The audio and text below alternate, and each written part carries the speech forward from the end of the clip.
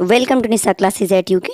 आज मैं आपको प्राचीन इतिहास में बौद्ध धर्म पढ़ा रही हूँ। कल मैंने आपको जैन धर्म के 30 इंपॉर्टेंट क्वेश्चन करवाए थे और आज वही मैं बौद्ध धर्म के 30+ इंपॉर्टेंट क्वेश्चन लेके आई हूँ। आपकी जो आगामी एग्ज़ाम है उसके लिए बहुत इंपॉर्टेंट रहने वाला है। वीडियो को स्किप मत कीजिएगा और एंड तक ज़रूर देखिएगा। आपका जो 1 मार्क्स है आपके एग्ज़ाम के लिए बहुत ज़रूरी है सिलेक्शन के लिए। तो चलिए स्टार्ट करते हैं। पहला क्वेश्चन, गौतम बुद्ध ने अपना प्रथम उपदेश कहाँ दिया? सारनाथ में दिया था। कहाँ दिया था प्रथम उपदेश? सारनाथ में।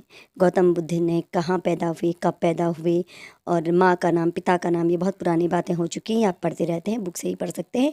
अभी एग्ज़ाम के पॉइंट ऑफ व्यू से जो रिसेंटली आपको बिल्कुल कल आपका एग्ज़ाम है और आज आपको पढ़ना है, तो ये बहुत ज़रूरी चीज़ें हो जाती हैं। तो बिल्कुल हमने टॉप क्वेश्चन लिए हैं बौद्ध धर्म के। तो पहला क्वेश्चन आपने देख लिया है, गौतम बुद्ध ने अपना प्रथम उपदेश कहाँ दिया था? सारनाथ में दिया था।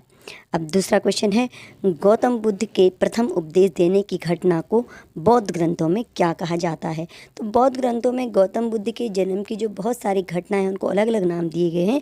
तो उन्हीं में से एक है उनके प्रथम उपदेश देने की घटना, जिसे उस बौद्ध धर्म ग्रंथों में क्या कहा गया है?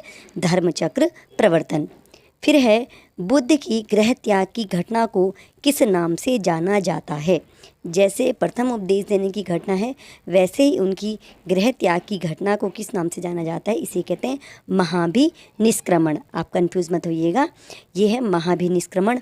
और उन्होंने कब अपना घर त्यागा था? तो 29 वर्ष की अवस्था में बुद्ध ने अपना घर त्याग दिया था। गौतम बुद्ध को ज्ञान कहाँ प्राप्त हुआ?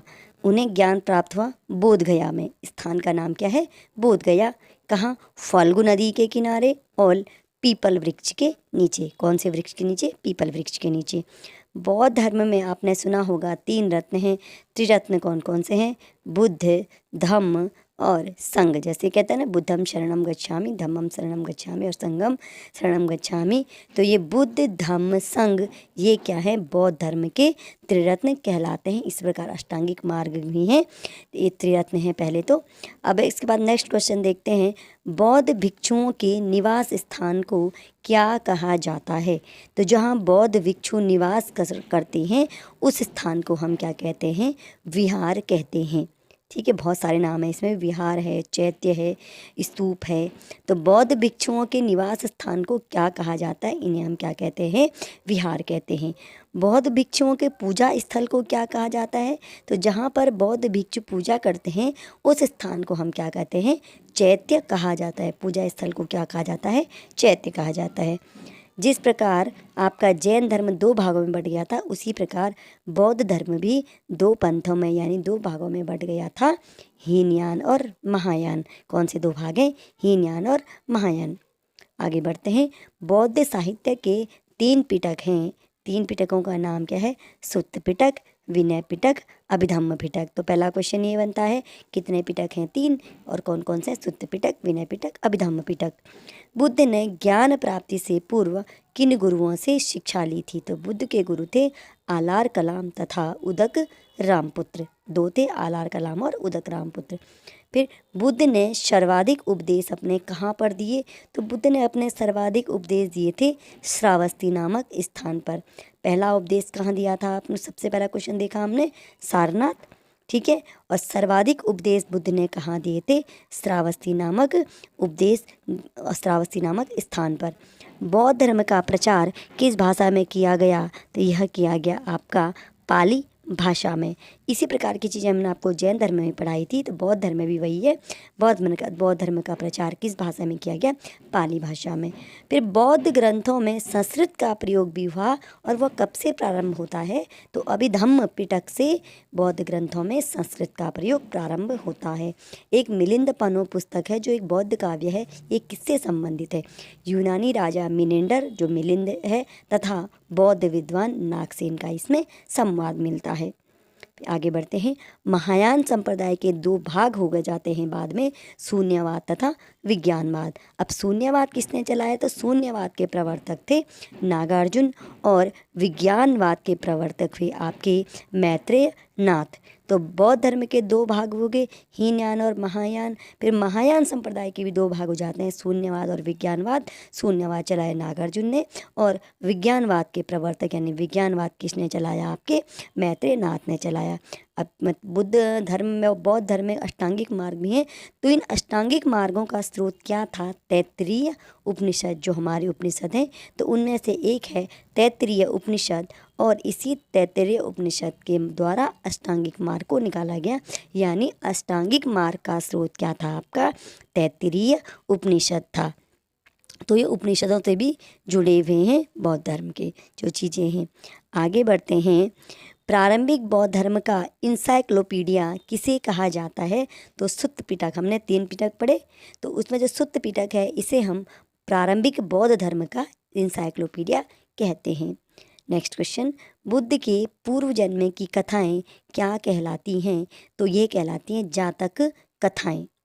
और जातक कथाएं किस में वर्णित हैं? तो ये जो जातक कथाएं ये वर्णित हैं, ये भी किस में वर्णित है? आपके सुत्त पिटक में वर्णित है। नेक्स्ट क्वेश्चन, बुद्ध के पंचशील सिद्धांत का वर्णन किस उपनिषद में मिलता है? तो यह मिलता है छांदोग्य उपनिषद में। क्या मिलता है? पंचशील सिद्धांत का वर्णन। किस बौद्ध संगीत के बाद बौद्ध धर्म 2 भागों में विभाजित हो गया? तो चतुर्थ बौद्ध संगीति के बाद बौद्ध धर्म 2 भागों में बढ़ गया। और कुल कितनी बौद्ध संगीतियाँ हुई थी? 4 ही बौद्ध संगीतियाँ हुई थी। तो चतुर्थ के बाद 2 भागों में बढ़ गया, हीनयान और महायान में। गौतम बुद्ध ने किस स्थान पर शरीर त्याग किया? तो गौतम बुद्ध ने कुशीनारा नामक स्थान पर अपना शरीर का त्याग किया था। स्थान का नाम क्या है? आप याद रख लीजिएगा, कुशीनारा।